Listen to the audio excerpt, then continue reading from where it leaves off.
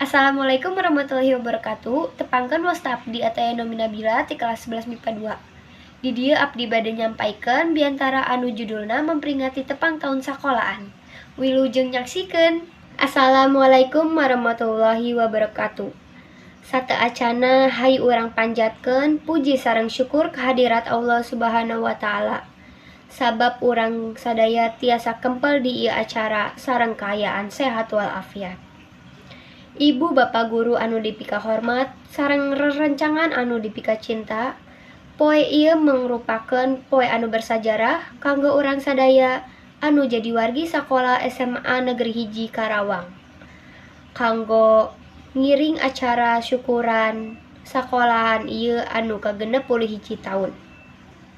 Tos sawajarna urang sadaya ngucapkeun wilujeng tepang taun kanggo sakolahan anu dipika cinta ieu. Mugi-mugi Allah Subhanahu wa taala tetep masihan perlindungan dina perjalanan perubahan kanggo sakola urang ka taun-taun payuna.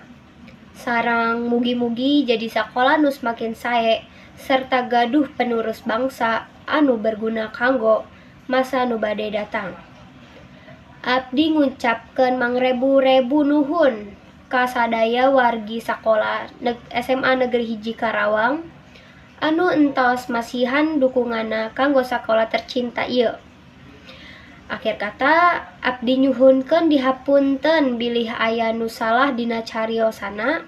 Hatur nuhun. Wassalamualaikum warahmatullahi wabarakatuh.